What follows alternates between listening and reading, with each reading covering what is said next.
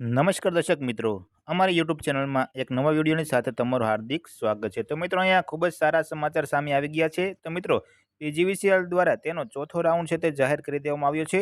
તો મિત્રો, આજે આપણે તેના વિશે વાત કરીશું। તો મિત્રો, તે પહેલાં તમે હજુ સુધી અમારી ચેનલને સબસ્ક્રાઈબ નથી કરી તો અમારી ચેનલને જરૂરથી સબસ્ક્રાઈબ કરી લો, કારણ કે અમારી ચેનલમાં તમને નવા ઇલેક્ટ્રિકલ વિશેના વિડીયોની માહિતી તમને મળતી રહેશે। તો ચાલો મિત્રો, આપણે વિડીયો શરૂ કરીએ। તો મિત્રો, તારીખ 7/7/2025ના રોજ એટલે કે આજે જે છે પીજીવીસીએલનો ચોથો રાઉન્ડ છે તે જાહેર કરી દેવામાં આવ્યો છે। તો આગળ વાત કરીએ તો મિત્રો, સદર ભરતી માટે પ્રકાશિત કરવામાં આવેલ આ પ્રોવિઝનલ મેરિટ લિસ્ટમાં નામ માત્ર આવવાથી કોઈ પણ ઉમેદવાર નોકરી માટેનો હક કે દાવો કરી શકશે નહીં।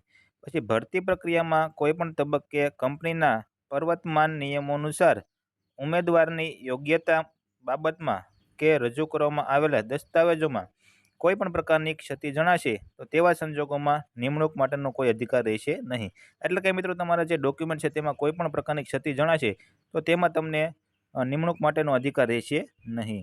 પછી મિત્રો, આગળ વાત કરીએ તો એક સરખા જે લોકો માર્ક્સ ધરાવતા ઉમેદવારો છે તેના કિસ્સામાં ઉંમરમાં મોટા ઉમેદવારને પ્રાથમિકતા આપવામાં આવે છે। એટલે કે મિત્રો, એક સરખા જે લોકોના માર્ક્સ છે તેમાંથી જેની ઉંમર વધારે હોય તેને પ્રાથમિકતા આપવામાં આવે છે, એટલે કે તેનો વારો આગળ આવે છે।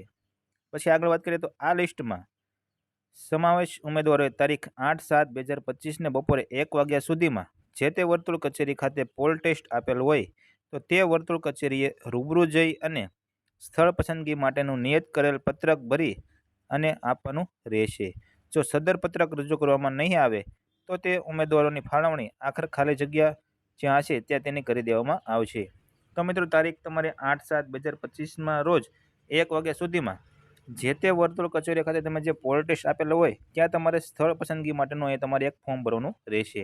અને જો મિત્રો તે નહીં ભરો તો તેમાં જે ખાલી જગ્યા હશે ત્યાં તમને નિમણૂક કરી દેવામાં આવશે।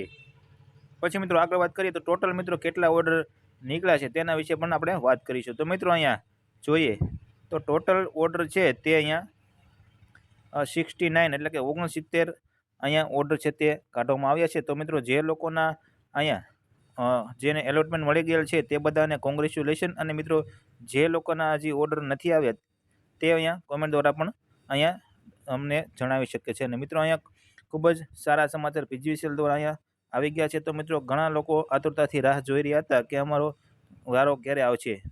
તો મિત્રો, અહીંયા ખૂબ જ સારા સમાચાર આવી ગયા છે। તો મિત્રો, જો તમને અમારો વિડીયો પસંદ આવ્યો હોય તો અમારી ચેનલ સબસ્ક્રાઈબ કરો અને વિડીયોને લાઈક કરવાનું ભૂલતા નહીં।